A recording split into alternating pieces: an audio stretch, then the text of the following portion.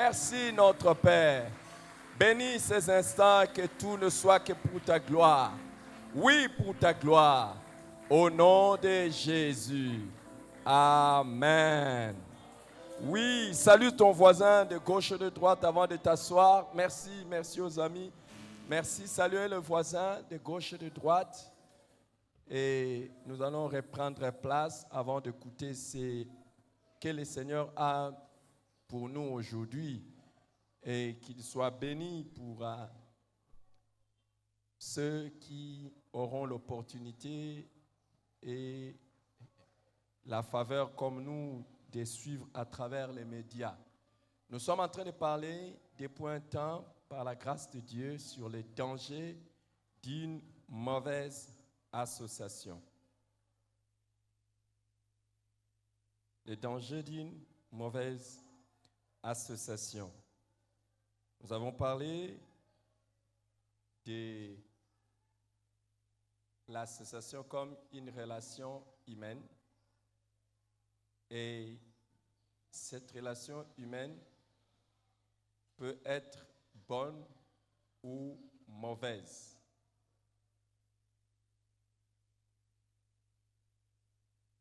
S'il y a une chose que j'aimerais que vous puissiez noter aujourd'hui, c'est que la relation humaine peut être bonne ou mauvaise dans sa nature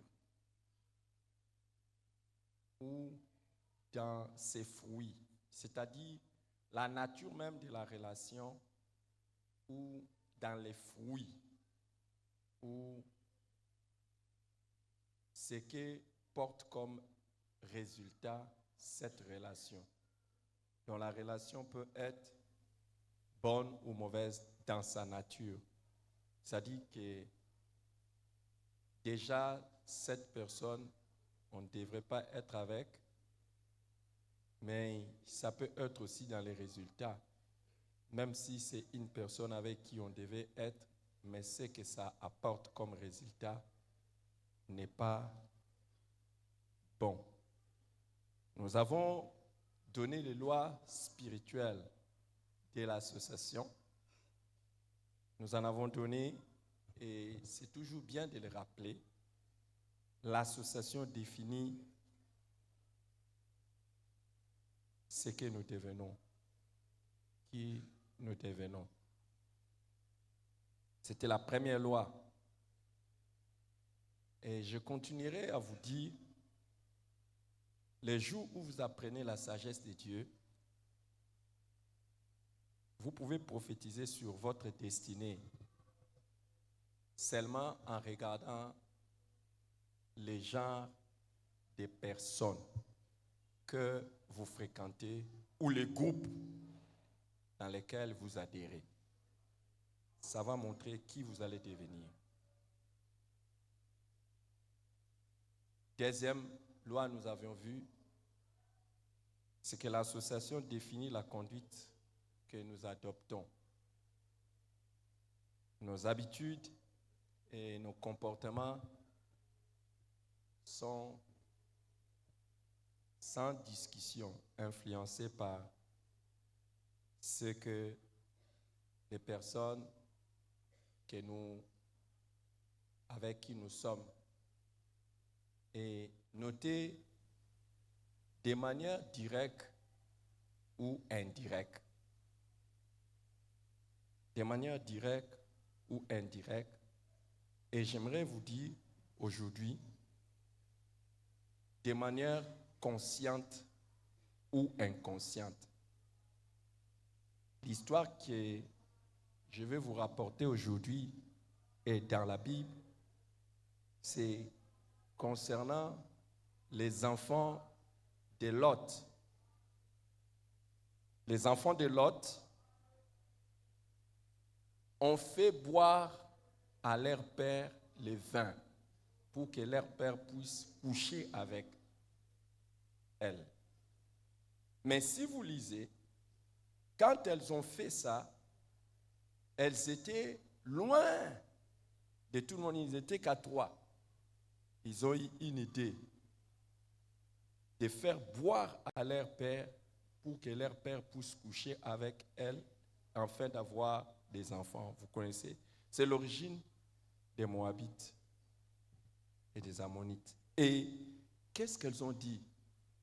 Faisons poire à notre frère, faisons comme il est de coutume dans ces milieux.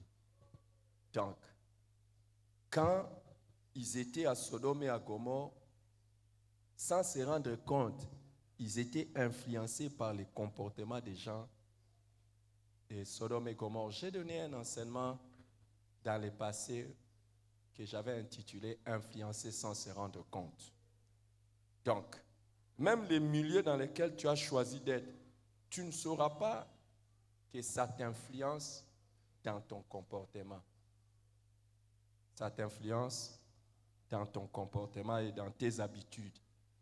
C'est la raison pour laquelle une personne sage ne va pas s'associer à n'importe qui et ne va pas se mettre dans n'importe quel milieu.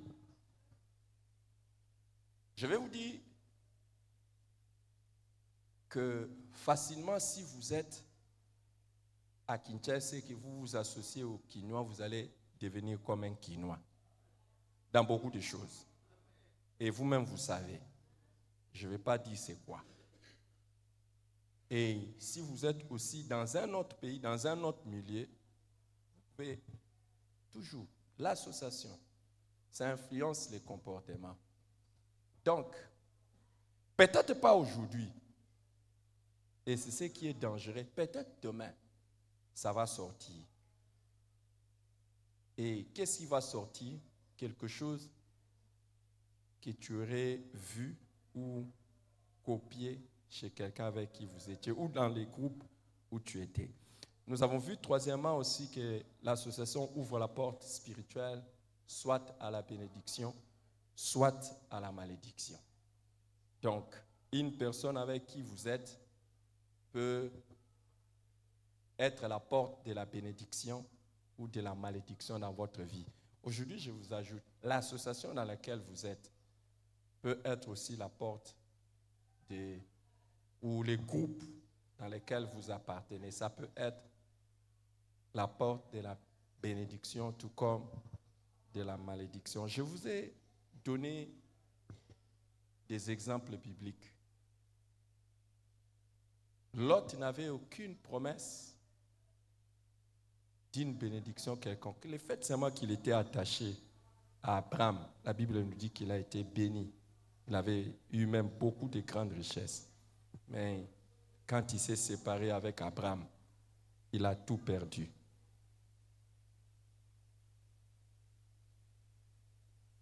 Nous avons vu aussi que l'association qui peut être fortuite ou permanente a des incidences spirituelles. Même si ce n'est que pour un peu de temps que vous êtes avec la personne ou c'est de manière prolongée. Attention, cette association peut avoir des incidences spirituelles. Et plus une association est volontaire, plus cette association a des conséquences sur le plan spirituel. C'est-à-dire, lorsque l'engagement pour l'association est volontaire, conscient, volontaire, waouh, ça a des conséquences spirituelles. Nous avons vu l'histoire de Jonas. Et dans l'histoire de Jonas, nous avons tiré des leçons très importantes, comme quoi les malheurs dans la vie peuvent être dus à une mauvaise association. Des fois, ce n'est même pas tes propres erreurs ou quoi que ce soit, mais c'est l'erreur ou la seule erreur que tu aurais commise, c'est d'être associé à une mauvaise personne. Et tout finit par basculer. Deuxièmement, nous avons vu à partir de là qu'une mauvaise association peut tout détruire. Donc, vous risquez de perdre tout ce que vous avez. Les gens qui étaient associés avec Jonas ont perdu tous les biens qu'ils avaient. Et même, ils étaient prêts à perdre leur vie. Et faites très attention, faites très attention avec qui vous êtes ensemble pour ne pas perdre tout ce que vous pouvez avoir et même au risque de perdre votre vie. J'ai donné des exemples. Et la troisième leçon que nous avons vue à partir de Jonas, c'est que les malheurs s'aggravent tant que la mauvaise association perdure. Plus ça dure, plus les malheurs s'aggravent. Et quatrième leçon que nous avons vue, j'insiste sur ça aujourd'hui, la compassion mal placée peut être destructrice. Tu as pitié de quelqu'un alors que c'est une mauvaise personne, tu veux toujours rester avec. Ça peut être une autodestruction. Une compassion mal placée peut être une autodestruction. Tu te détruis toi-même et tu détruis tout ce qu'il y a autour de toi avec la compassion sur des personnes que tu ne devais pas être avec. Et cinquièmement, nous avons vu que la séparation totale est parfois nécessaire ou indispensable. Ces gens ont failli mourir jusqu'à ce qu'ils ont jeté Jonas par-dessus bord. Et le dimanche passé, je vous ai donné les signes pour reconnaître les personnes avec qui ne pas être en association. Avec qui ne pas être en association. Je vous ai donné beaucoup de signes. Alors, c'est là qu'on était en train d'énumérer des signes.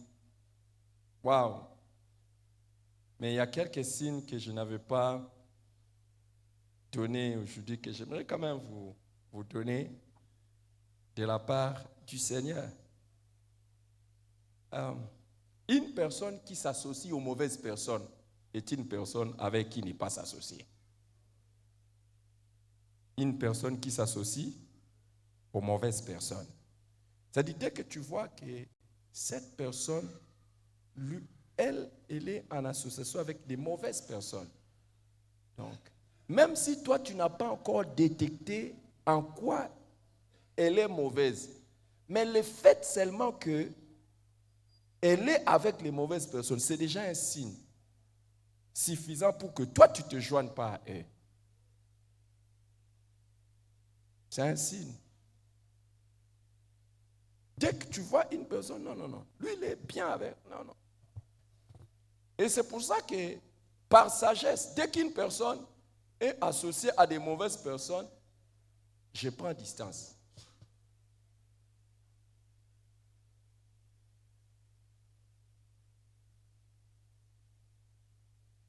J'étais en train de partager avec mon père spirituel cet enseignement.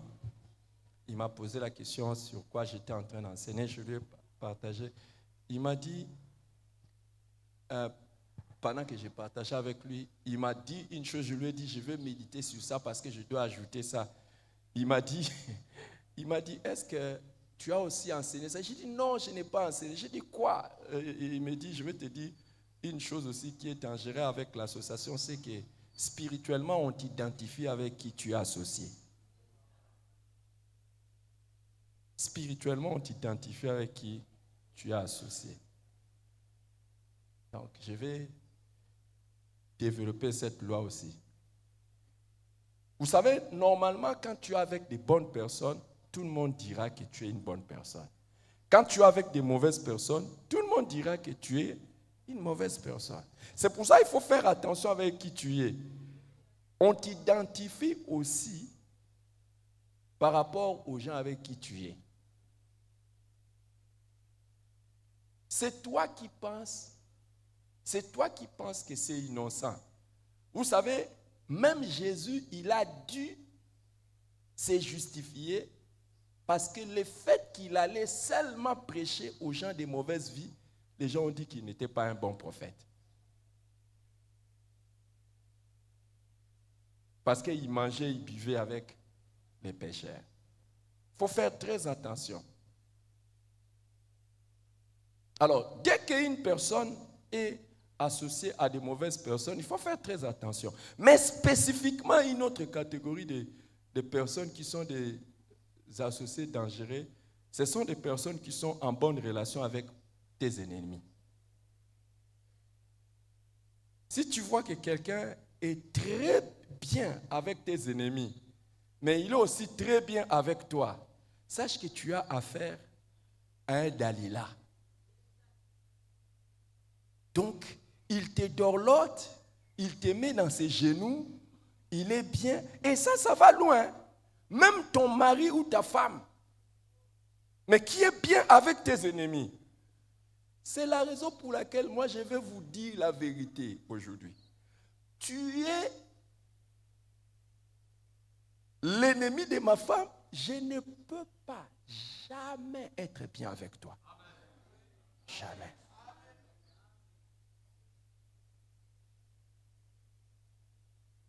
Hey, jamais. Jamais. J'ai dit, hein? Avec J majuscule. Jamais avec? Jamais avec J majuscule. Tu n'es pas bien avec ma femme. Tu n'es pas bien avec moi. En fait, celui qui est ennemi de ma femme est mon ennemi. Il ne veut pas mon bien.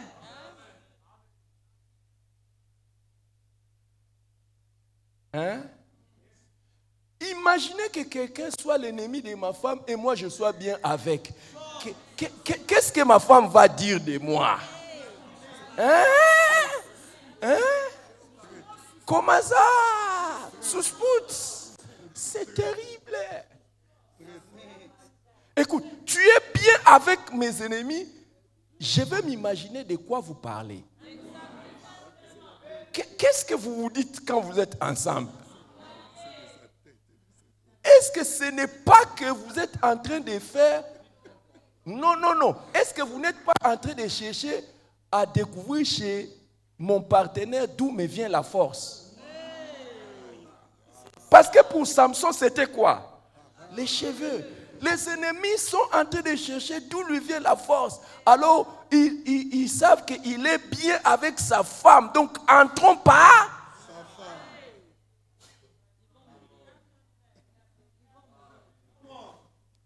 Notez une vérité importante.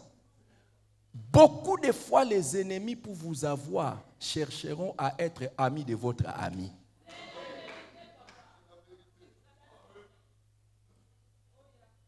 Et il y a des fois, les ennemis ne pourront rien sur vous tant qu'ils n'ont pas trouvé accès auprès de l'un de tes proches.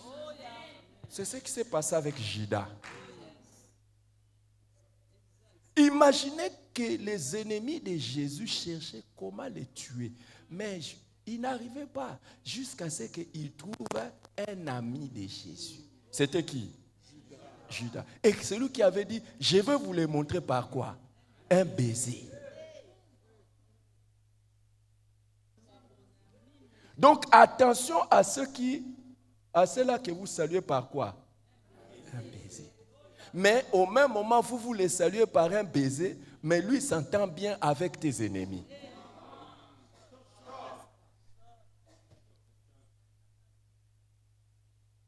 Écoutez, dites à votre voisin, pour les pasteurs, tu es une bonne personne, mais une bonne personne qui doit rester avec ses ennemis, mais loin de lui. Parce que si tu restes bien avec mes ennemis, je ne suis pas comme Jésus qui est capable de donner sa vie et la reprendre. Moi, si tu me prends seulement cette vie-là, c'est fini. Donc, je ne peux pas accepter ça. Je vais vous donner une grande sagesse, femme. Ne soyez jamais à l'aise avec quelqu'un qui est à l'aise avec votre mari sans être à l'aise avec vous.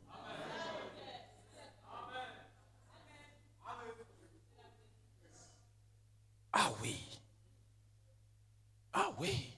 Et la même chose, hein. femme qui ne t'aime pas, mais qui est bien avec ta femme, elle est dangereuse. Je vous dis, hein, bon, de toute façon, Dieu m'a demandé de vous prêcher ça. Celui qui veut, il prend. Celui qui ne veut pas,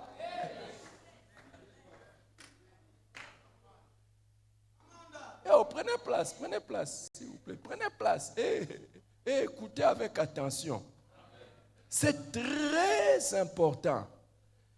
Ne soyez jamais en association avec quelqu'un qui est en bonne relation avec tes ennemis.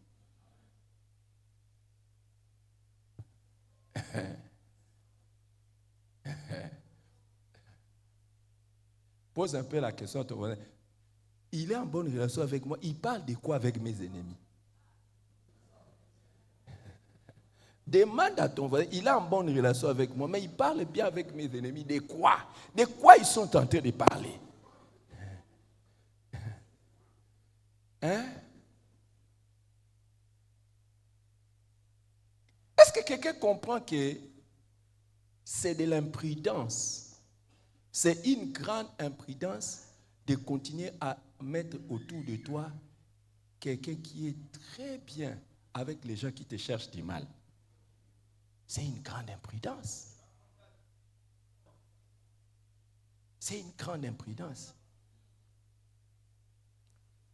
Pour ma part, jusqu'à ce que je vois et je détecte qu'il n'y a pas un lien entre toi et mes ennemis, je peux être à l'aise avec toi. Si je détecte qu'il y a un lien entre toi et mes ennemis, du coup, la sagesse voudrait que je puisse être prudent moi aussi. Parce que je ne sais pas de quoi vous parlez. Et d'ailleurs, vous qui êtes là plus proche, vous êtes encore de moi. Plus regardant je suis sur vous de vos relations avec mes ennemis. Même Dieu dans notre relation, il dit, je suis l'ami de tes amis et je serai ennemi. Qui veut cette bénédiction que Dieu soit ennemi de ses ennemis? Mais qui va supporter que Dieu soit l'ami de ses ennemis? Hein? Donc parmi les bénédictions que Dieu veut nous accorder, c'est être ennemi. Et toi, la bénédiction que tu veux m'accorder, c'est d'être ami. C'est quoi ça?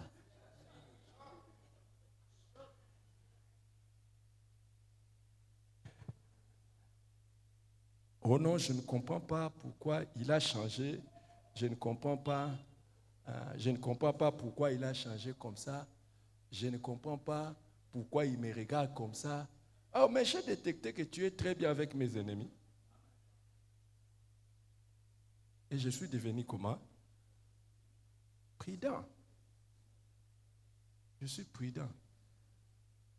Oh, j'apprends que mon ennemi est venu chez toi. Tu lui as servi à manger. Vous avez bien mangé. Et c'était même bien. Et c'est chez toi-même qu'il vient. Et même c'est toi qui les soutiens. C'est toi-même qui prends soin de mon ennemi. Ah. En fait, il n'y a pas de problème. Je ne dis pas que tu fais une mauvaise chose. Tu fais une bonne chose pour toi. Mais moi aussi, la bonne chose que je dois faire, c'est de mettre la distance entre moi et toi. C'est la bonne chose pour moi. Toi, tu sais pourquoi tu fais ce que tu fais.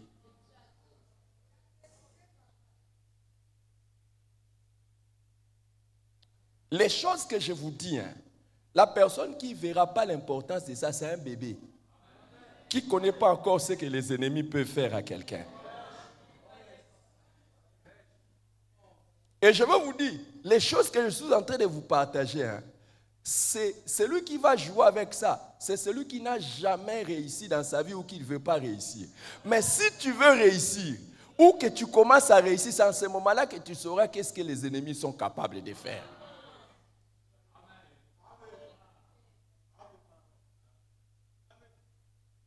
C'est en ce moment-là que tu sauras. Et tu ne joueras pas. Tu ne joueras pas. Bon, je voulais vous ajouter ça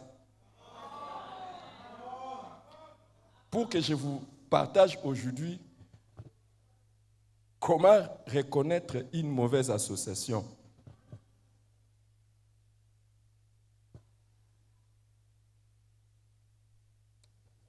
Vous savez, chaque fois que vous êtes premièrement dans une relation qui favorise les péchés, c'est une mauvaise association. Hein? Vous êtes dans une association, ça favorise les péchés.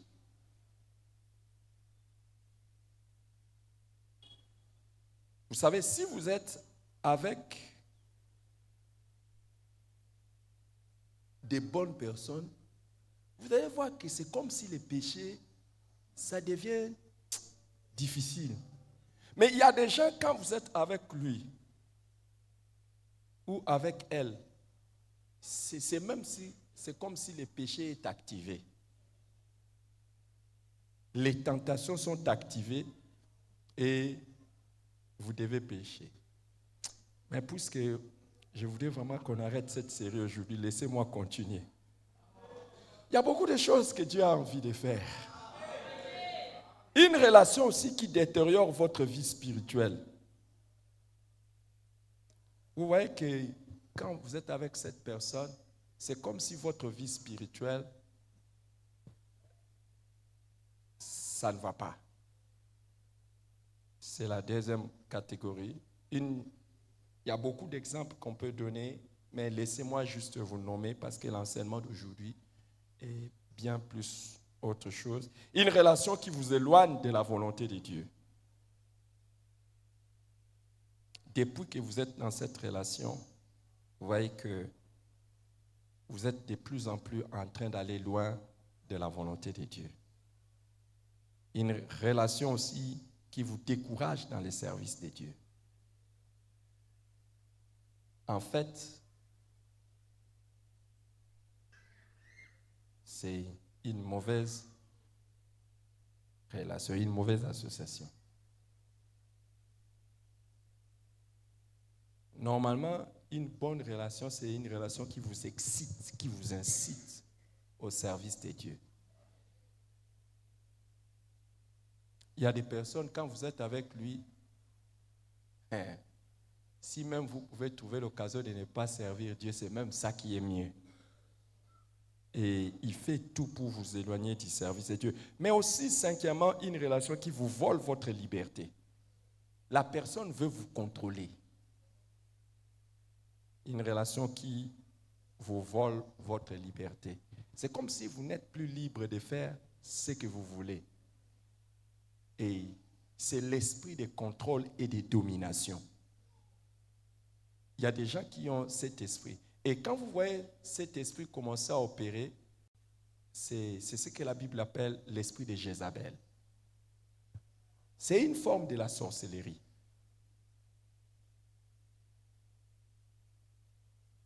Des gens qui aiment contrôler les autres et voler leur liberté. C'est comme si tu n'as pas de choix. Tu dois faire seulement ce que lui est en train de te dire. Non, non, non. Sixièmement, une relation qui vous isole de bonnes personnes. Vous voyez que quand vous êtes avec la personne fait tout que vous puissiez vous séparer avec les bonnes personnes. Ça, c'est très dangereux. Il vous isole des bonnes personnes. Prenons aussi, dans le même sens, qui ne vous isole pas des bonnes personnes, mais qui vous isole aussi des bons milieux dans lesquels vous pouvez évoluer. C'est la même chose. C'est-à-dire, par exemple, une personne, je vous dis la vérité, une personne qui vous isole de votre église, qui est une bénédiction, ça c'est une mauvaise personne. Ah ouais, je vais insister. Hein? Une personne qui fait que toi, tu quittes l'église où Dieu t'a placé, c'est une mauvaise personne. Il ne faut jamais être associé à des gens comme ça. Eh?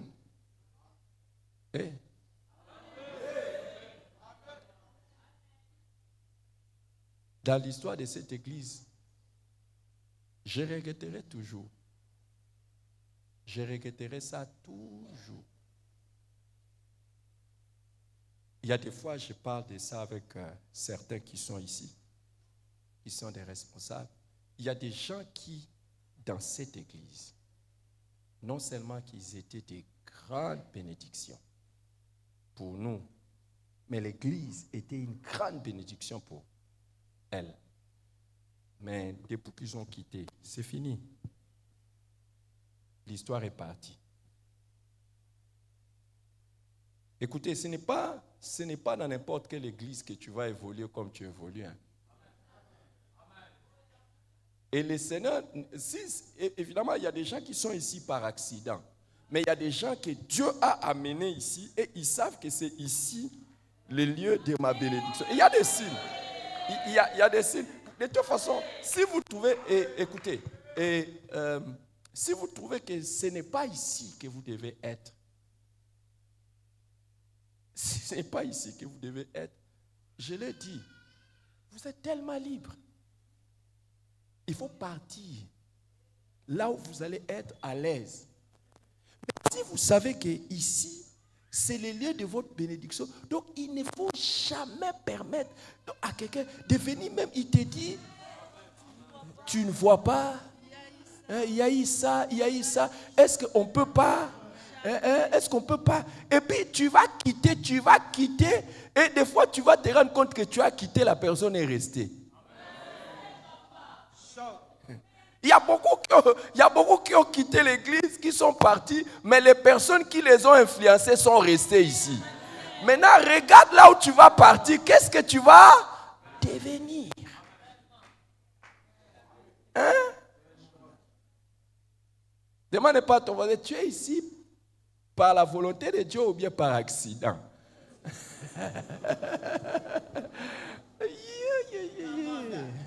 Yeah. Et quelqu'un viendra te dire non, partons. Et si tu regardes la personne qui te dit partons, tu dis, demande-lui, on va partir où? Et pourquoi on va partir là-bas? Bon, d'accord. Qu'est-ce qu'on va nous prêcher là-bas qu'on ne nous prêche pas ici?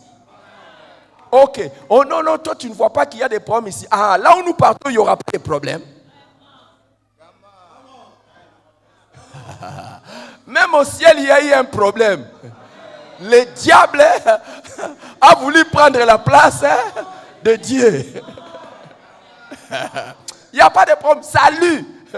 Et si tu as besoin de partir dans une autre église, aujourd'hui, il faut venir me voir dans les bureaux. Je te donnerai même la lettre de transfert et même les transports.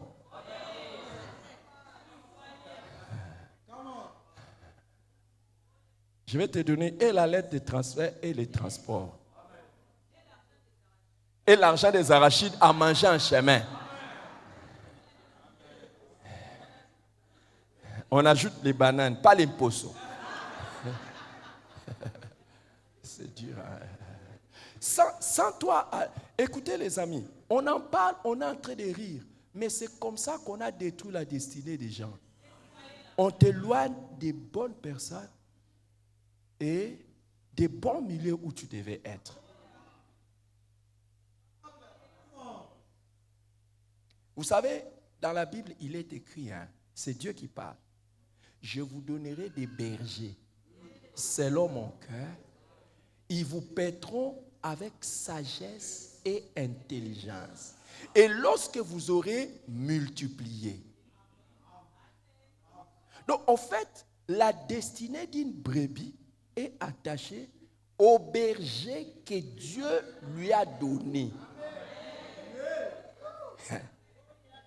Mais si tu es une brebis assez intelligente pour aller choisir toi-même ton berger, salut.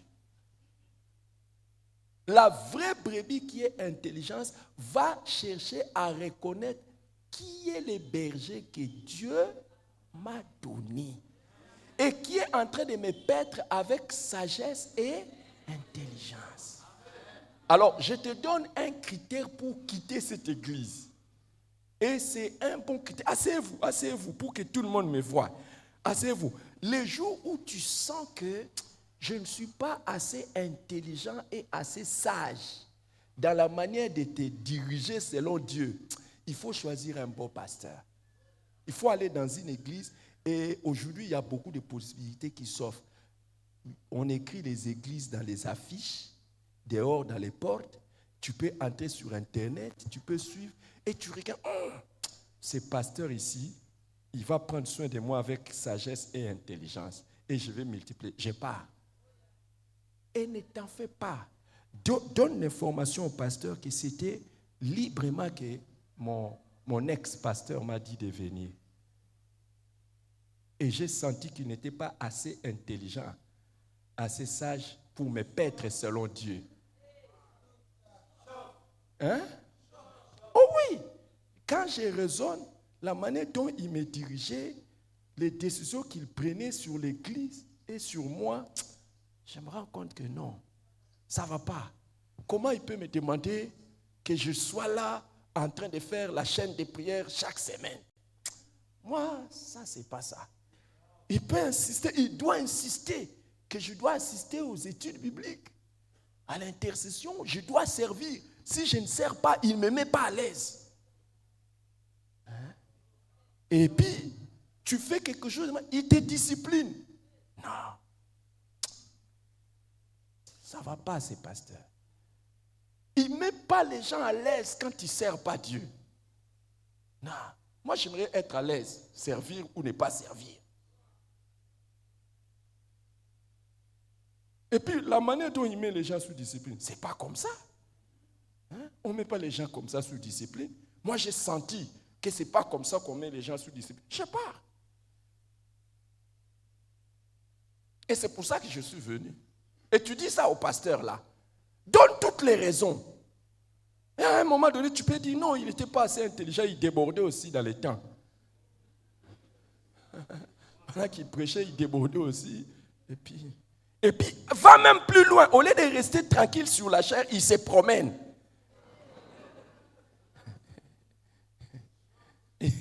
C'est comme l'un qui nous a quittés. Comment lui, quand il entre, on doit l'honorer en se levant? Non, moi ça ne va pas. À l'église, on n'adore pas les pasteurs. Hein? On adore seulement les présidents de la cour. Quand il entre, les gens se lèvent. On l'adore. Mais à l'église, ou les professeurs dans la salle de classe, quand il entre, messieurs, bonjour messieurs, on adore seulement dans la classe. Parce que se lever pour honorer quelqu'un, c'est quoi? C'est adorer les pasteurs. Alors, il faut arrêter ça dans les écoles. Maintenant, je suis là. Ah, il faut quitter ici. Oh, ici, on a... Prenez place, s'il vous plaît. Donnez toutes ces raisons-là et vous pouvez être à l'aise de partir. Mais une relation aussi qui vous entraîne dans la déloyauté ou la rébellion, c'est une mauvaise relation. Amen. Une relation qui vous entraîne dans la déloyauté, c'est-à-dire au non-respect, à l'infidélité et à la révolte face à l'ordre et aux autorités établies, c'est une mauvaise relation. Et puis, une relation qui vous entraîne dans un projet unique.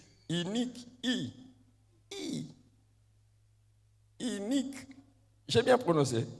Je n'ai pas dit unique, j'ai dit unique. Enrichissement lexical. Un projet, vous ne voyez pas en quoi ça glorifie Dieu. Un projet, vous ne voyez pas les intérêts de Dieu là-dedans. Mais la personne vous entraîne dans ça. C'est très dangereux. Mais aussi une relation qui enfante des conflits. Vous savez, vous ne pouvez pas vous associer avec quelqu'un qui ne veut pas être en paix avec vous. Et ou quand vous êtes avec la personne, il n'y a que des conflits. Il n'y a que des conflits. Vous ne vous entendez pas. Vous ne vous comprenez pas. Et il y a toujours querelle. Et c'est comme si votre relation a comme conséquence les querelles. Ça, ce n'est pas une bonne relation. Souvenez-vous d'Abraham et Lot. À un moment donné, même à cause de la richesse, j'ai pris que je n'ai jamais quelqu'un à côté de moi qui, parce que Dieu est en train de nous bénir, ça commence à créer un problème. Amen. Au contraire, parce que Dieu est en train de nous bénir, on devrait encore unir nos forces pour être bénis davantage. Mais ça ne doit pas amener des conflits. Ça ne devrait pas. Et puis, une autre caractéristique, c'est une relation qui vous vole votre paix. Vous n'êtes plus en paix avec la personne. Vous avez perdu votre paix. Vous savez qu'il y a des personnes,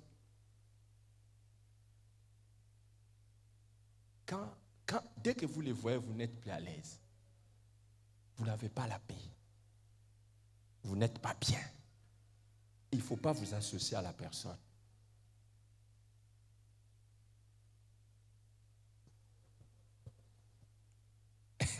Une relation aussi qui vous régresse. Depuis que vous êtes avec la personne, ça vous régresse ou ça vous stagne.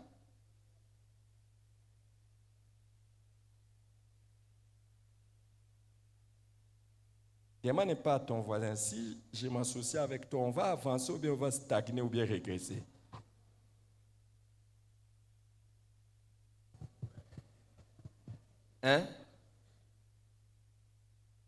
Il y a des gens, quand vous êtes avec eux, vous n'allez ni avancer, vous n'avez que deux choix. Soit stagner, soit régresser. Vous êtes là ou bien vous êtes parti? Que je continue à prêcher ou bien que j'arrête? Demande un peu à ton voisin, si je m'associe à toi, et si vous êtes déjà associés comme certains maris et femmes qui sont là, posez-vous la question, depuis qu'on est associé, on avance, on stagne ou bien on régresse? Maintenant, demande à ton voisin, si par hasard je m'associe à toi, je vais avancer ou pas? Et il y a des gens, même leur présence seulement au sein du département va faire en sorte que ce département va stagner. Vous les mettez dans votre service à l'église, les services ne bougent plus. Au contraire, ça ne fait que régresser. Donc, il y a des gens, la meilleure des choses que vous allez avoir avec, c'est rester au même niveau, mais pas avancer. C'est le meilleur qu'il peut vous donner dans la vie.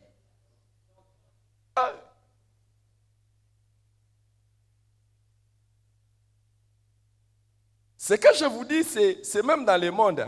Est-ce que vous avez déjà entendu un mariage où les gens disent « cette femme lui a amené le bonheur ». Depuis qu'il est marié à cet homme, vraiment cet homme, on l'a vu, on le connaissait, mais tout a changé dans sa vie. Depuis qu'ils sont mariés. Qui a déjà entendu quelque chose comme ça dans la nature? Depuis que vraiment ils sont mariés. Cette fille, on la connaissait. Écoutez, il y a des gens qui vont dire, cette fille, on la connaissait. Elle ne voulait même pas ceci, elle ne voulait même pas faire ça. Elle était vraiment comme ça. Mais depuis qu'ils sont mariés, avec son mari, on a vu, elle a repris ses études, elle avance, elle fait des affaires, elle est devenue une grande. Mais il y a des personnes,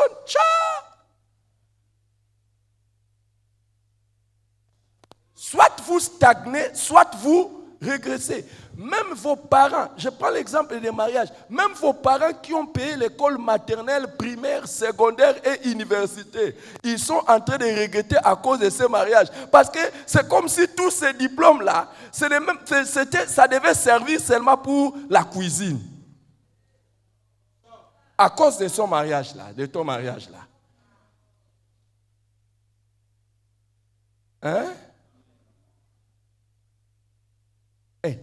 Apparemment, vous n'avez pas réagi. Demande à ton voisin, si je m'associe par toi dans une affaire, je vais avancer ou je vais stagner ou régresser?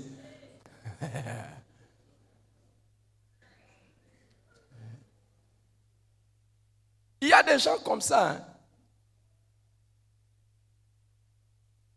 Et je vais vous montrer Comment vous allez les détecter? Confiez-lui seulement une responsabilité. Voyez si ça va marcher.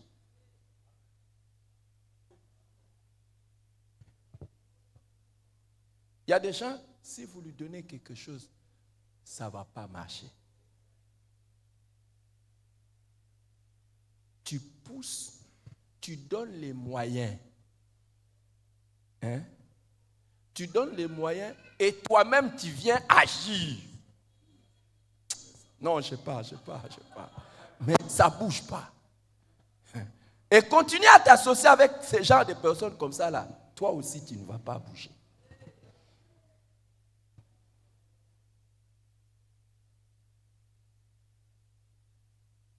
Cette semaine, il y a des personnes qui travaillent avec moi dans les ministères et dans la vie de tous les jours. C'était la semaine, je les ai réunis et tous. Je leur ai dit, attention, hein, je ne veux pas que la présence de l'un de vous ici puisse me bloquer. Et je leur ai dit, je veux que chacun vive tchan.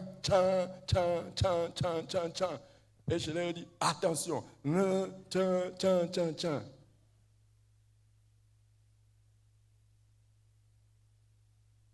Par exemple, parmi les choses que je leur ai dit, tu ne peux pas être proche de moi si tu n'as pas comme valeur la sanctification.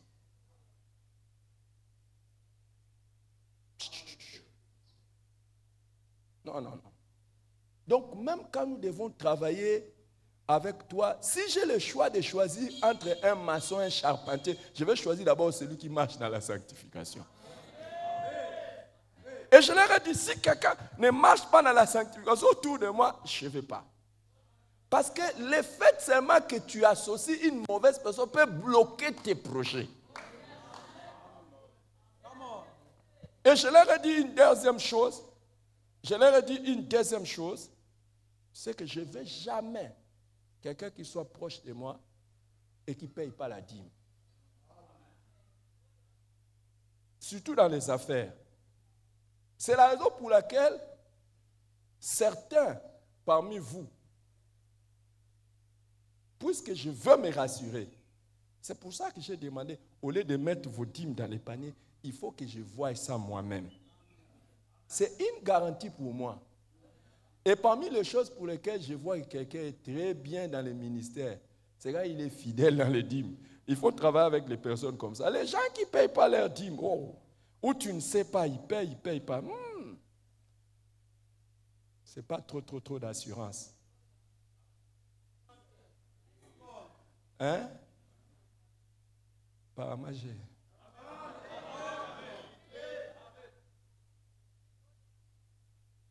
Et il y a eu un dans l'histoire de cette assemblée. En fait, ce n'est pas obligatoire. Une fois, nous étions ici dans l'histoire de cette assemblée, j'ai dit à un collaborateur, je lui ai dit, désormais, j'aimerais voir tes dîmes. Qui veut savoir la suite?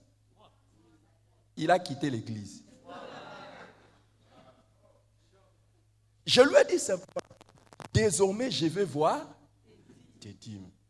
Je lui ai dit, je trouve ça.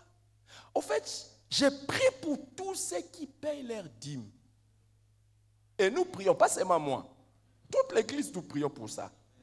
Mais sachez que quand vous mettez votre dîme, on sépare les dîmes et les offrandes dans la comptabilité de l'église. Et il y a un cahier où les diacres mentionnent les dîmes qui sont donnés. Et des fois, je n'ai pas regardé dans ces cahiers, je regarde, je prie. Mais je n'ai pas toujours le temps. Alors, il y a eu des fois, pour suivre quelqu'un, j'ai dit, je veux voir. Et je lui ai dit, je veux voir. Mais c'est quelqu'un qui, à l'église, c'était à gauche, à droite, il soutient à gauche, à droite. Je dis, je vais voir tes dîmes. Et il est parti.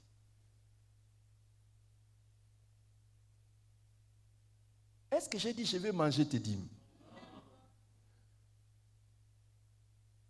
J'ai dit, je veux voir tes dîmes. Ceux qui sont proches de moi, ils savent.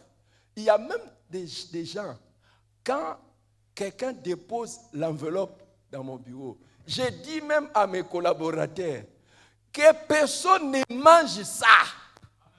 Et même qu'on ne mette même pas ça dans une chose où quelqu'un va manger ça. Mettez ça dans les sables, dans les poussières, dans les ciments. Mettez ça dans des choses comme ça que personne ne touche. On ne prend pas n'importe quoi. Hein? Naaman n'avait pas une mauvaise intention. Il voulait donner quelque chose à Élisée. Élisée dit non, non, je ne touche pas. Rentre avec. Est-ce que Naaman voulait faire quelque chose de mal? Il faut avoir le discernement. C'est pour ça que celui qui veut manger les dîmes, je lui donne l'autorisation. Et on ne touche pas n'importe quoi. Ils sont là. Il y a des gens qui disent non, non, non, ça ne touchez pas.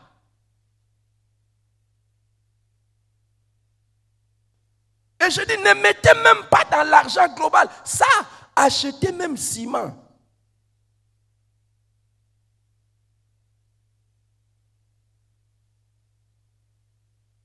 Apparemment, tu n'as pas aimé. Hein? Et Géhazi qui a mangé cet argent, il a mangé la lèpre. Et lui et ses descendants. C'était fini. Tous les médecins de génération en génération, quand ils voient un descendant de Géhazi, tu viens à l'hôpital, ils font les... Et puis, diagnostic.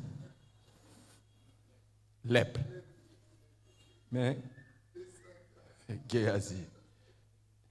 Héréditaire, c'est devenu héréditaire. Waouh. La dernière caractéristique que je veux vous donner aujourd'hui, c'est une relation qui vous apporte les malheurs. Vous voyez que tout ne va pas bien depuis que vous êtes avec la personne. C'est comme s'il y a beaucoup de ça ne va pas. Il y a beaucoup de choses que vous ne comprenez pas. Pourquoi ça ne marche pas? Et c'est comme s'il y a des troubles autour de vous, des tempêtes qui s'élèvent. C'est pas bien. Comment briser une mauvaise association? Qui veut que je lui montre comment briser une mauvaise association? Premièrement, priez pour reconnaître une mauvaise association. Des fois,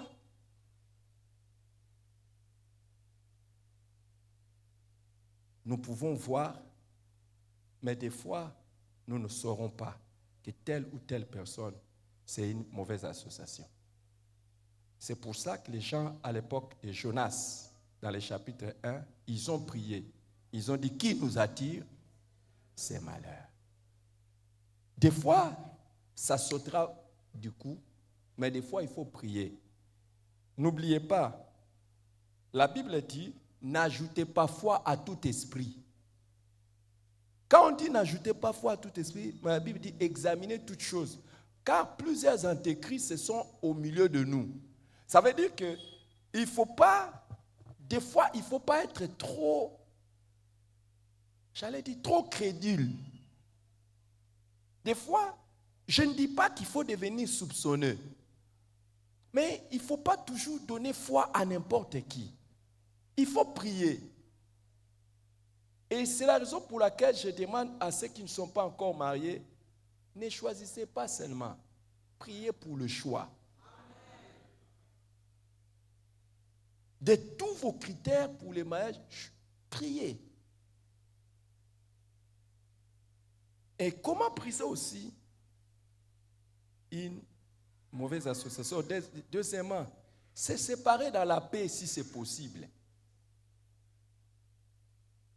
Se séparer dans la paix. Dans Romains chapitre 12, verset 18, il nous est écrit, s'il est possible, autant que cela dépend de vous, soyez en paix avec tous les hommes. Romains 12, 18. Et dites à la personne, je vois que ça ne va pas. Je ne suis pas une bénédiction pour toi, tu n'es pas une bénédiction pour moi. Séparons-nous seulement. Si tu vas à gauche, j'irai à droite. Et si tu vas à droite, j'irai à gauche. Je vois que ça ne va pas entre toi et moi en tant que pasteur. Mais maintenant, moi, je ne peux pas te dire, si tu pars à gauche, moi, j'irai à droite. Comme moi, je suis pasteur établi ici. Normalement, moi, pour qu'on m'enlève dans cette église, il doit y avoir élection. De tous les membres. On va essayer. Qui veut que je parte? Non, non. Qui sont pour mon départ? Hein? Ce n'est pas l'assemblée, mais j'ai dit, j'essaye seulement. Qui sont pour que je reste comme pasteur de cette église? J'ai vu même un, il s'est élevé. Qui sont pour que je reste pasteur de cette assemblée? Alors, regarde, je sens que c'est la majorité. Alors donc, si ça ne va pas, qui doit partir? C'est toi. Non, je vais voir, c'est juste un test. Qui sont pour que je reste pasteur de cette église? Levez-vous. Même par hypocrisie, ce serait votre propre faute. Ne soyez pas hypocrite. Ah, d'accord. Alors maintenant, tu vois que si toi, un individu, tu n'es pas d'accord, je ne te dirai pas que moi, je vais quitter. Je dirais que toi, tu fasses quoi? Tu quittes. Et à l'amiable. Et sois comme l'autre, ne discute pas. Vas-y seulement, calmement. Vous savez, des bonnes personnes sont comme de l'autre, sont même comme de Jonas. Quand on dit, qu'est-ce qu'on fera de toi? Il dit, jetez-moi seulement. Jetez-moi. Et puis des fois, te jeter, ce n'est pas te tuer. Te jeter, c'est pour que tu ailles faire ce que tu dois aller faire. Loin de là où tu nous amènes des problèmes. Hein? Est-ce que c'est clair? Bon, là, c'était pour l'église. Mais ça, c'est entre toi et moi, les pasteurs. Parce qu'à l'église, c'est beaucoup compliqué. Je ne peux pas abandonner l'église comme ça. Je suis tenu de respecter la Bible et les statuts et règlements d'ordre intérieur de l'église. Donc, je ne peux pas te dire, si toi tu restes à l'église, moi je vais partir. Mais dans l'amiable, je vais dire, normalement, comme il n'y a pas la paix, toi tu fais quoi? Tu pars. Avec une lettre de transfert. Les transports, les arachides, les bananes et tout ce qu'on sort. Donc ça veut dire qu'il n'y a pas de problème. Hein? Je veux qu'il y ait quoi? La paix. Je veux qu'il y ait seulement quoi? Et j'ai toujours regretté ceux qui sont partis de cette église dans les troubles. Et pourtant, je donne toujours la voix à ce que la personne parte. Chaque fois, je prie, si tu veux partir, viens me voir. Ne pars pas dans les problèmes. Mais il y a certaines personnes, je dis, ne viens même pas me voir, parce que le mal que tu m'as fait, c'est trop grand. Vois les comités. Et termine ça avec eux. Parce que je t'ai parlé, tu n'as pas voulu entendre. Maintenant, dans la paix, pas seulement. Vois les comités de l'église. Et puis l'histoire ne se termine pas. C'est terminé. C'est vrai, non? On ne veut pas dire qu'on n'est plus frères et sœurs en Christ. Mais seulement je te donne comme bon conseil. Là où tu vas partir, choisis un bon endroit. Ne pars pas à Sodome et Gomorrhe. Merci. Alors, vous pouvez vous asseoir, dites à la personne. Donc, chaque fois que vous voyez qu'il y a une personne qui ne veut pas, ça ne va pas entre vous, cherchez dans la paix. Cherchez à vous séparer dans la paix. Vous savez, prenez, c'est vrai que ce n'était pas vrai, hein? Quoique, heureusement, Dieu a sauvé ça parce que c'est ça. Quand vous êtes comme Joseph, un homme de bien, la Bible dit quand il a appris que Marie était enceinte de quelqu'un que lui ne connaissait pas. Comme c'était un homme de bien, il voulait rompre. Mais on dit que c'était un homme de bien. Mais il y a des gens, s'ils veulent partir, façon dont ils commencent à parler.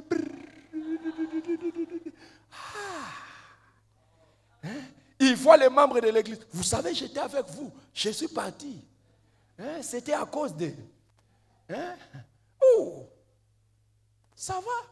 Non, j'ai décidé de partir pour ma vie spirituelle, mon épanouissement dans les ministères. C'est tout. Maintenant, tu commences à expliquer à tout le monde. C'est pour leur dire quoi?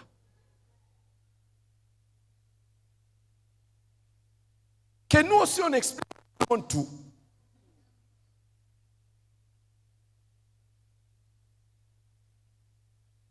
Les gens du monde parlent de la séparation à l'amiable, mais nous on dit séparation dans la paix. Si tu étais dans une mauvaise fiançaille, tu dis à la personne, c'est fini. Mais toi aussi maintenant on te dit c'est fini, toi tu veux être matingama. Oh non mais c'est quoi ça? Tu m'avais promis, je t'avais promis, je me suis rendu compte que ça ne va pas. Mieux vaut 1000 fiançailles coupées qu'un seul mariage raté. Ça va. Et maintenant, on te dit, c'est fini. Toi aussi, ça devient maintenant un problème. Oh. Dis à la personne à côté de toi, dans la paix. N'oubliez pas, toute relation contraignante n'est pas une bonne relation. Pourquoi tu veux m'obliger à t'épouser? Pourquoi tu veux m'obliger à t'épouser? Tu m'as fait passer mon temps. Toi aussi, tu m'as fait passer mon temps.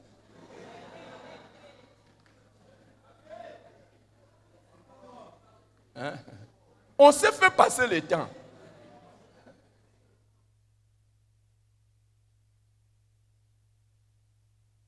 Amen. Troisièmement, il faut s'éloigner de la personne. Si tu veux briser une mauvaise association, il faut s'éloigner de la personne. Tite 3, 10. Éloigne-toi après un premier et un second avertissement de celui qui provoque les divisions. La suite est là. Donc, des fois, quand tu parles à la personne, tu vois que ça ne va pas. Tu dis non, je vais être loin de la personne. Moi, il y a certaines personnes, j'ai décidé, comme je vous ai dit, même en tant que pasteur, j'ai décidé, je ne les reçois même pas en entretien. Je ne parle même pas à la personne. Parce que ce que j'ai fait comme travail pour parler à la personne, ça n'a pas marché. Je dois m'éloigner. Et le fait même que je continue à être avec la personne, c'est un problème pour moi, pour ma vie et pour ma destinée avec Dieu. Il y a des gens, tu ne dois pas continuer à être avec. Il faut vous éloigner. Quatrièmement, ne pas communier avec une telle personne. Vous savez, quand je dis ne pas communier, c'est-à-dire ne pas avoir des relations communes, des choses qui vous engagent encore.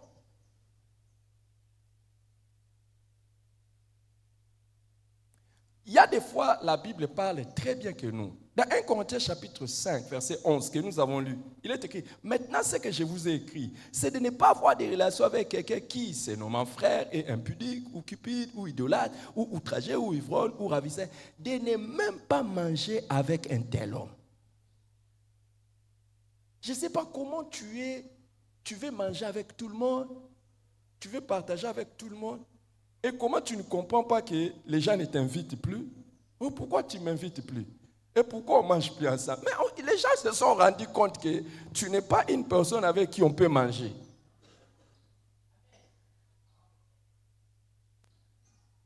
Hein? Mais toi, tu continues, tu vois la personne. Oh non, si je ne lui donne pas l'invitation pour l'anniversaire, il va être... continue à lui donner les invitations. Qu'ils viennent. Par diplomatie, qu'ils viennent quand même. Hein? On mange quand même. Apparemment, il n'y a pas beaucoup d'amen. Il n'y a pas beaucoup d'amen. Je ne comprends pas. Dis à ton voisin, si pourtant le pasteur, il va s'arrêter bientôt. Dis ça au voisin, il va s'arrêter bientôt. Il nous enseigne seulement. La Bible nous dit qu'il y a une certaine catégorie de personnes avec qui ils ne font pas manger. Maintenant, là, je vais vous lire même un autre verset. Je ne sais pas ce que vous allez dire sur une autre catégorie de personnes. Et c'est général. Hein? 2 Jean chapitre 1, verset 10 et verset 11. Je vais qu'on mette ça dans la Bible de l'Église, dans l'écran. 2 Jean chapitre 2, verset 10 et verset 11. Est-ce qu'on peut y aller? 10. On y va. Ah, c'est un Jean. Non, allons-y. Si quelqu'un, c'est 2 Jean, 1, 10 à 11. On y va ensemble. Si quelqu'un vient à vous et n'apporte pas cette doctrine, ne le recevez pas dans votre maison. Et ne lui dites pas salut. Attendez. Donc, est-ce que vous comprenez qu'il y a des gens que vous ne devez pas recevoir chez vous à la maison?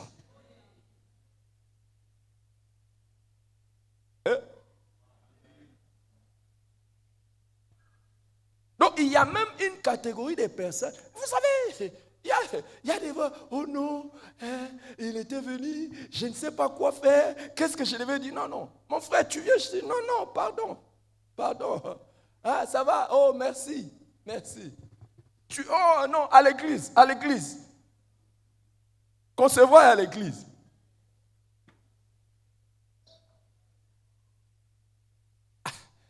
Les gens vont me trouver aussi dur. Comment ne pas recevoir quelqu'un? Qu'est-ce que... ne fais pas ça. Et ne lui dites même pas. Est-ce que vous comprenez qu'il y a une certaine catégorie de gens à qui il ne faut même pas dire? Dites ce que vous voulez. Oh non, les pasteurs ne me saluent plus. Oui, ils ne te saluent plus. Je ne veux pas prendre l'exemple de quelqu'un d'autre, je prends l'exemple de votre pasteur. Donc, il y a certaines personnes, je ne les salue plus. Donc, j'ai pris la décision de ne pas les saluer. Parce qu'il a une autre doctrine.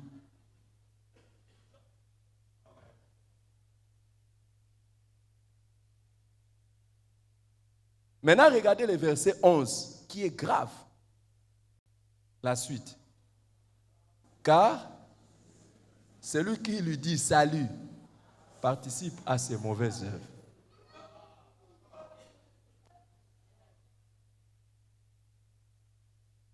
Demande pas à ton voisin, est-ce que tu ne participes pas aux mauvaises œuvres de certaines personnes que tu salues?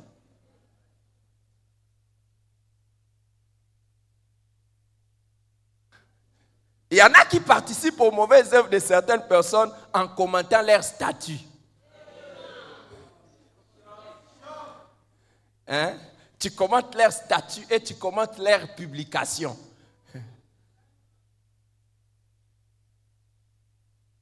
Quelqu'un qui est rebelle, il publie quelque chose sur les réseaux sociaux, toi tu dis, homme de Dieu prêche. Tu as participé à son péché. Tu n'as pas... Ou bien, il publie quelque chose sur les réseaux sociaux, dans son statut. Toi, tu mets aussi les cœurs, j'aime.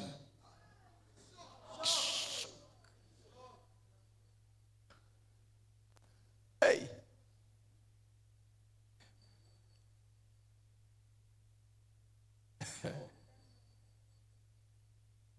Apparemment, vous n'avez pas aimé cette partie. C'est tous ceux qui regardent les statuts des gens. Moi, il y a des gens à l'église qui se sont moqués de moi parce que je n'avais pas regardé mon statut. Vous voulez que je vous le montre? Un jour, on était en train de parler comme ça. J'ai dit, on regarde les statuts des gens comment?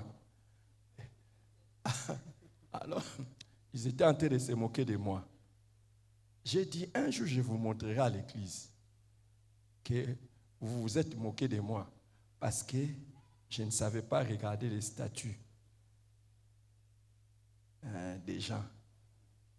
Et puis, ils étaient en train de se moquer sérieusement. Je fais... La caractéristique, ce sont des jeunes qui m'entourent. Hein? Et ils sont très connectés là. Si je vais vous donner l'indice pour que vous puissiez savoir de qui il s'agit. Peut-être quoi? Bon, c'est sorti. Je ne vais pas faire sortir. Ce sont quand même mes amis. Je ne vais pas quand même faire. Hey! Les amis, vous voyez qu'il y a des choses que nous faisons et puis tu ne comprends pas pourquoi il y a certaines bénédictions qui ne viennent pas dans ta vie. Tu participes au péché des gens gratuitement. Gratuitement.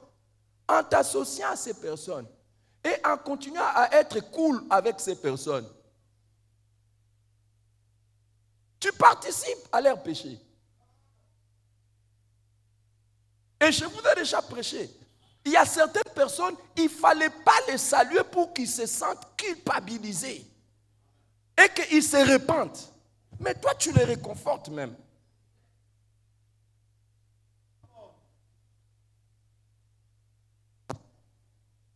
Tu les reçois à la maison, tu leur donnes la nourriture.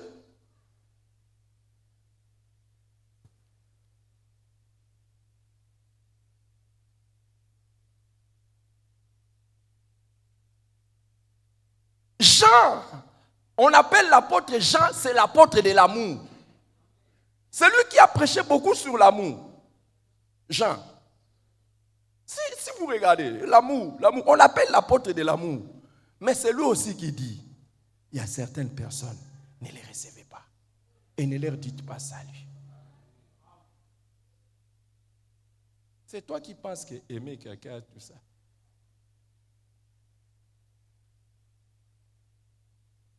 Ayez la compassion des amis de Jonas, des compagnons de route de Jonas. Vous allez couler. Continuez à dire, oh non, il n'y a pas moyen, tout ça. On doit toujours être bien. Vous allez couler. Quatrièmement, il faut se séparer totalement. Cinquièmement, se séparer totalement, si nécessaire. Dans 2 Corinthiens chapitre 6, verset 17, on dit, c'est pourquoi sortez du milieu d'eux. Séparez-vous, dit le Seigneur. Ne touchez pas à ce qui est impur, et je vous accueillerai. Je serai pour vous un père, et vous serez pour moi des fils et des filles, dit le Seigneur Tout-Puissant. Ayant donc de telles promesses, bien-aimés, purifions-nous de toute souillure de la chair et de l'esprit, en achevant notre sanctification dans la crainte de Dieu. Ça, c'est chapitre 7, verset 1. Écoutez, je vais te dire, il y a des personnes, c'est mieux que tu te sépares avec. Et même Dieu attend ta séparation avant qu'il commence à te bénir. Il dit, séparez-vous et je serai pour vous. Il y a certaines personnes, tant que tu es encore avec eux, Dieu aussi attendra. Sixième chose, pour briser une mauvaise association, c'est ôter les méchants du milieu de l'assemblée. Dans 1 Corinthiens chapitre 5, verset 7, Paul dit, faites disparaître les vieux levains, afin que vous soyez une pâte nouvelle, puisque vous êtes sans levain, car Christ, notre pâte, a été immolé. Célébrons donc la fête non avec du vieux levain, non avec un levain de malice. 1 Corinthiens 5, je lis à partir du verset 7. Non avec un levain de malice et de méchanceté, mais avec les levains avec les pains sans levain de la pureté et de la vérité. Je vous ai écrit dans ma lettre de ne pas avoir des relations avec des impudiques, non pas d'une manière absolue avec les impudiques de ce monde ou avec les cupides ou les ravisseurs ou les idolâtres. Autrement, il vous faudrait sortir du monde. Maintenant, ce que je vous ai écrit, c'est de ne pas avoir des relations avec quelqu'un qui se nomme frère et impudique ou cupide ou idolâtre ou outragé ou ivrogne ou ravisseur, de ne pas manger avec un tel homme. Qu'ai-je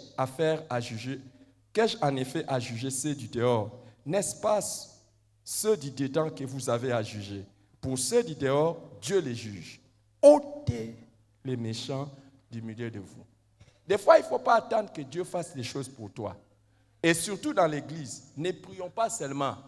Ah Dieu, nous te prions. Là, les intercesseurs, nous sommes en train de prier. Nous sommes en train de prier pour que toutes les mauvaises personnes puissent. Non, non, non.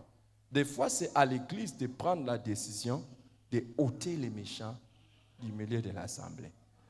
Et si vous regardez, il y a une manière simple dans l'église où on peut se séparer avec la personne. On lui demande de partir de manière simple et la personne part. Soit, si la personne résiste, l'église commence à prier pour qu'il soit livré à Satan afin que son corps soit détruit et que son âme soit sauvée. Donc, ça veut dire, on prie pour que les diables s'occupent de la personne et les détruisent. C'est biblique. Et Paul dit, j'ai appris, j'ai livré Hyménée et Alexandre à Satan pour qu'ils apprennent à ne pas blasphémer. C'est biblique. Ôtez les méchants au milieu de vous. Donc il y a des personnes, il faut parler avec eux. Non, non, non, ici, ça ne va pas. Il faut partir. Sinon, on va prier. L'église va prier. Et quand vous regardez, vous allez voir que Paul dit « Mon esprit uni à votre esprit ». C'est-à-dire que ça passe à ce niveau-là où on dit maintenant à toute l'église « telle personne n'est pas une bonne personne pour l'église. On lui a demandé de partir, il ne veut pas partir. On va prier. » On va prier. Moi, il y a eu déjà des personnes, je vous ai déjà dit, une fois, il y a une femme qui était venue ici, elle se plaignait beaucoup, mon mari. Et les maris étaient intercesseurs à l'église. Je dis, ah frère, tu es en train de faire ça à ta femme. C'est pas possible. Tu es en train de faire ça à ta femme. Je dis, arrête. Parce que les maris commençaient à sortir avec une autre femme. Je lui dis, si tu continues, je vais prier. Oh non! Je dis, si tu continues, je vais prier. Il s'est entêté.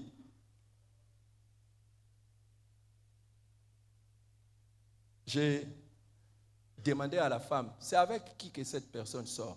Ton mari sort. Il m'a dit, avec telle femme. Et il dit, même pasteur, j'ai même la photo. J'ai dit, amène la photo là. Je vais voir un peu avec qui il sort. J'ai convoqué son mari et elle-même. J'ai dit, j'ai demandé au frère, c'est avec elle. Non, on a prié pour toi pour que Dieu te bénisse avec elle. J'ai levé ma main vers le ciel. J'ai prié. J'ai mis ça sur la photo. J'ai dit, Seigneur, nous avons prié et travaillé pour ses frères. J'ai dit des choses que je ne vais pas vous dire. Et j'ai prié. Les jours qui ont suivi, cette femme a arraché une partie du corps de ses frères.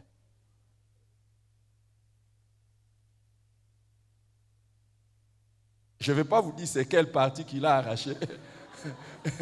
Une partie du corps de ses frères. Et lui-même, le frère est venu. Il dit non, il y a un problème. Je dis non, frère, ce n'est pas fini. On va prier. Tu n'as pas voulu écouter. On a prié. Il a perdu le travail. Il a perdu tout. Il commençait à tout perdre. La femme est venue me demander pardon. Il dit même les enfants n'ont plus rien à la maison.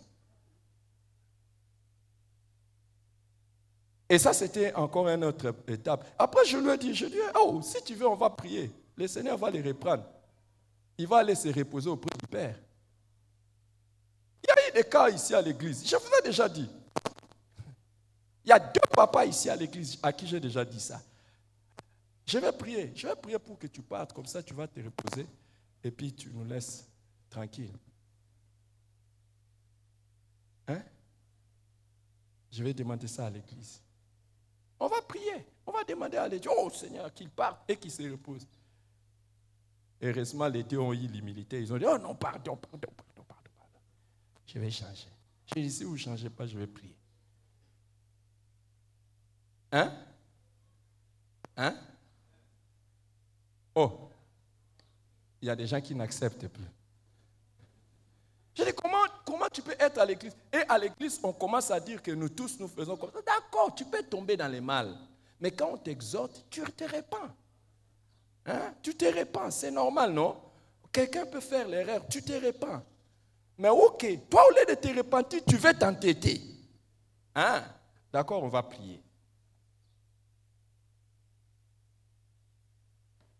Donc, il y a des fois, pour sanctifier l'église, il faut prier pour que les méchants soient ôtés. Et la mesure extrême pour que les méchants soient ôtés, c'est livrer la personne à Satan.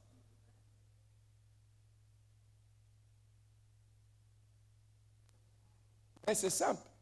On peut faire comme Paul et Barnabas, quand ils ont des problèmes au sujet des Jean-Marc.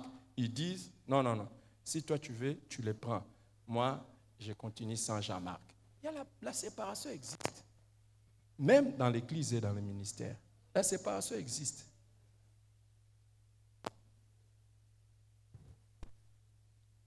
Si vous avez prophétisé que je vais prêcher 2 heures aujourd'hui, c'est faux, j'ai fini.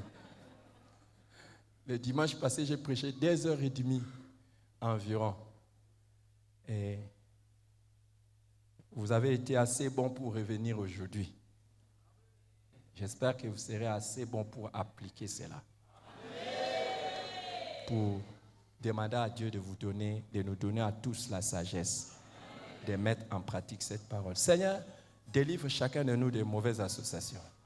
Seigneur, que personne ne puisse être détruit à cause d'une mauvaise association. Seigneur, que cette église ne soit pas détruite à cause d'une mauvaise association.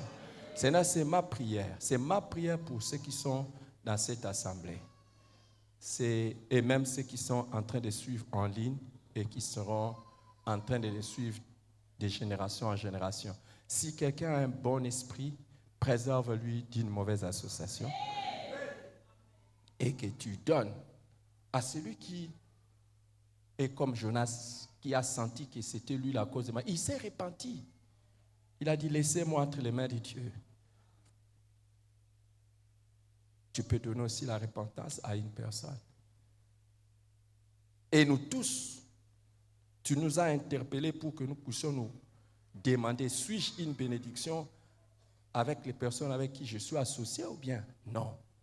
Seigneur, accorde-moi d'avoir cette bénédiction qui fait qu'une fois je m'associe à quelqu'un, la personne voit que je suis une bonne association. Accorde ça à tes enfants. Accorde ça à tes enfants dans le nom de Jésus. Je suis en train de prier pour ceux qui ont un bon cœur et qui reçoivent cette prière. Toi, tu sais, Seigneur. Et délivre chaque personne qui est ici de toute mauvaise association. Délivre-les. Délivre-les au nom de Jésus-Christ. Père, bénis et sanctifie cette église. Bénis et sanctifie cette église au nom de Jésus. Amen. Prenons